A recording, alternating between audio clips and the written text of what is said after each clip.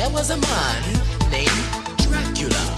He was a vampire He slept all day and stalked all night. He had a craving for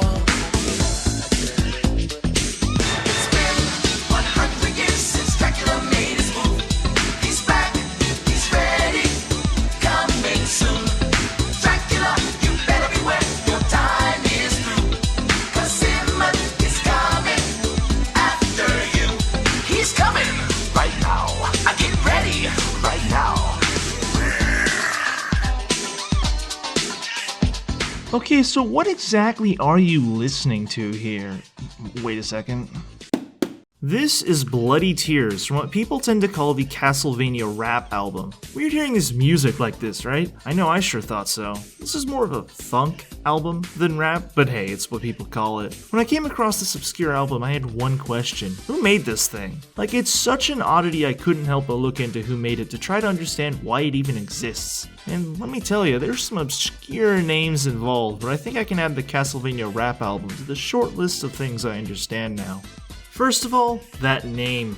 It isn't the Castlevania rap album, it's Perfect Selection Dracula, and it was released on September 5th, 1991 in Japan only, of course. It's got 10 tracks, and according to the Castlevania wiki, these rap arrangements were done by the Nazo Squared Project, Ornell Jones, and Joey McCoy.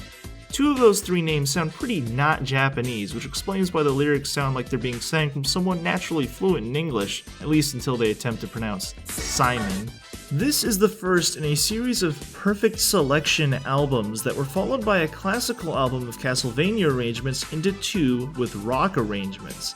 All of these follow-up albums were more popular and better documented than Perfect Selection Dracula. The one carryover from this project to those was the Nazo Squared Project, alternatively known as one guy going by the name Nazo Suzuki.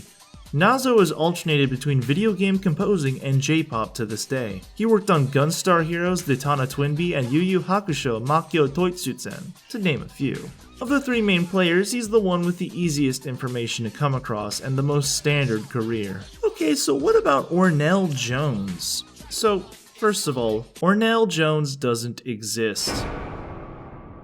It's a typo. The guy's actual name is Warnell Jones. Warnell's from Washington, D.C. and had a short solo career with the local band The Young Senators, and with one self-titled album that spawned a minor hit in the UK. Most of his time on this side of the Pacific he spent doing work with Leon Russell, the Pointer Sisters, and E Street band member Niels Lofgren. Did you guess that the goofy Castlevania rap album was 1 degree removed from Bruce Springsteen?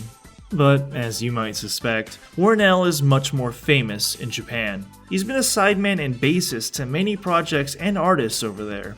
I think the most famous would be with Shinji Harada, who was like one of the biggest music stars in Japan in the late 70s and early 80s. Anyways, Warnell would work with way more artists in the 80s that would slowly build his credibility as an American musician working in Japan. It's worth mentioning that Warnell's success in background roles in Japan would continue long after the release of Perfect Selection Dracula.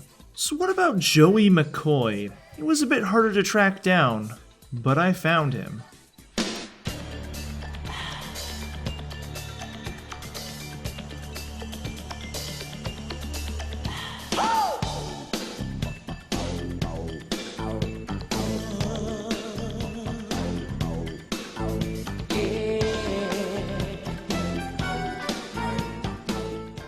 Joey McCoy was a member of the band Carlos Toshiki and Omega Tribe starting in 1988. The band had previously existed since the late 70s as Kiyotaka Sugiyama and Omega Tribe, but lead singer Kiyotaka left and was replaced by Japanese-Brazilian Carlos Toshiki. Joey occasionally sang lead, and he did so most famously with the song currently playing, Reiko.